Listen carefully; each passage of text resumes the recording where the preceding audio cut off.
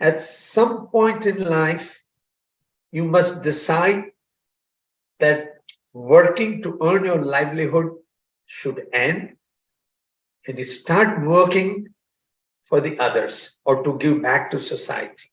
I'm Rupal. By profession, I am architect. I did my master's in Pratt Institute, USA, and then I have been working in commercial architecture for some time in USA. Yeah, I'm Rajendra, Rupal's life partner and work partner. I'm a civil engineer by profession. Basically, did my civil engineering from IIT Bombay, and then post graduation in US many years ago. I mean, going back to 1970, 72. We have been working for a long time. We have been married for 50 years. I'm 76, and Rajendra is I'm a baby. He is a baby. His was a child marriage. That's what he always says. He is 73 now. Especially, I was a rock climber. When I met Rupal, an avid rock climber. So, that was in fact one of our conditions, that only if she agrees to rock climb, then we get married.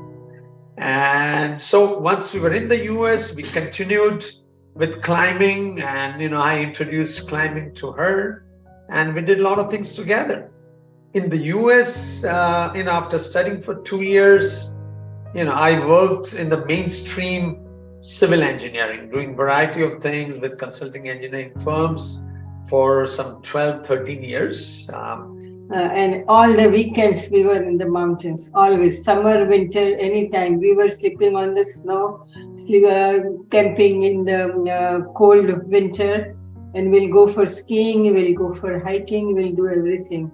And Monday to Friday was our office work.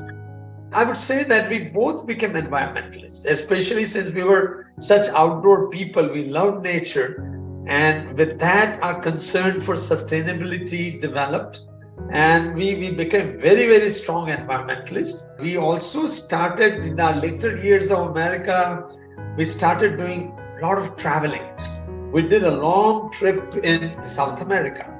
So it was a 5-month-long trip, and basically, we were trying to do the way people do locally. So we were self-contained. I had a large backpack, a small backpack.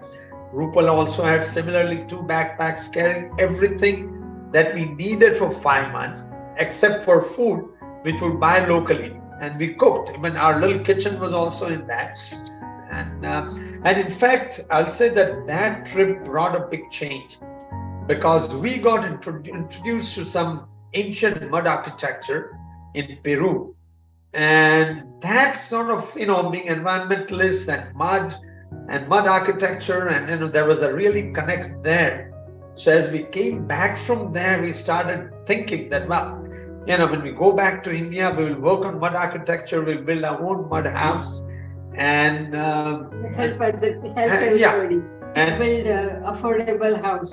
Just after we returned, Rupal met a very well-known Iranian architect called Nadar Khalili, and she took 2 courses, 2 semesters with him, and learned a lot more on mud architecture. See, one thing which helped also to decide to return to India was a decision early in our marriage life, when we decided that we would not have children.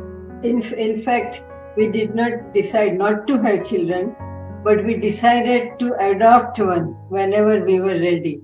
This was from my thesis in master's degree. My thesis was in 1973. Thesis was Bombay by the year 2000, almost 2 years after our wedding. That all the children are already born, so maybe we should not bring anybody in the world, but we can adopt one. So that was decided early in our marriage. Once we returned here to India, we had no idea what we were. So we really had to discover, our role of what as technical professionals, what can we do? So fortunately, we did meet right people. We got connected to right NGOs who were working in the villages. and our focus on NGOs which were working on rural housing.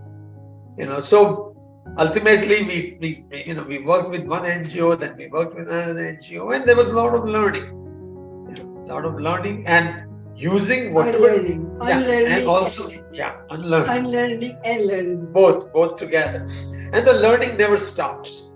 And then in 1993 October, the Latur earthquake happened, and then all of that changed our whole life after that, because we were invited to be a part of a team that was sent by Government of India to study the damage, and it was an eye-opener. See, Latur earthquake opened up a new arena for us of disaster safety, and pretty soon, after 3 years, there was an earthquake in Jabalpur, and then there was an earthquake in Uttarakhand.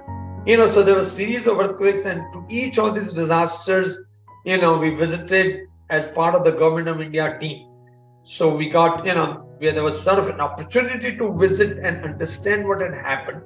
And the Latur experience, things got added to that. And we could use that experience again to basically train local artisans, and also to make local people aware. And later on came Kashmir earthquake. So, there was a series of disasters. So we became kind of disaster specialists. That's, people call us as that. Today, more than the earthquake, more than cyclones, more than floods, it's the climate change, which is the biggest disaster that is facing us. And it's here. It's not something in future. And these houses that we are talking about are green houses with very small carbon footprint. When we worked in Kashmir, for example, we were very close to LOC, maybe within 7-8 kilometers of LOC. And we were training these masons who were absolutely master masons. And these masons said, when we had a first meeting with them, they said that अगर आप हमें बताएंगे कि हमारे घर क्यों टूटे, और अगर सिखाएंगे कि आगे वाले भूकंप में या उसको जलजले में अगर हमारे घर टूट ना जाए, तो हम आपके साथ ट्रेनिंग के लिए आएंगे. And the appreciation was that they not only attended our training program, which we thought was really a joint venture, there was give and take with them, but they also hosted us for lunch every day. In the end, they said, "Ki aap hamare ustad ho." And I think that was absolutely, for me, that was the ultimate, thing that somebody could shower on me. So the kind of the track record we have, and the kind of tangible things, we have made so many publications. We have made a large number of guidebooks and manuals and education videos. We both feel that is our personal enrichment. Okay, in terms of having met people, having seen places, and having been so closely involved with a lot of people, I have 4 messages, or we have 4 messages. Number 1, be obsessed with something meaningful at every stage of your life. Number 2, do things now. Don't wait for tomorrow. Number 3, at some point in life, you must decide that working to earn your livelihood should end, and you start working for the others, or to give back to society. And number 4, whatever you do, think about the carbon footprint attached to what you're doing and try to reduce it.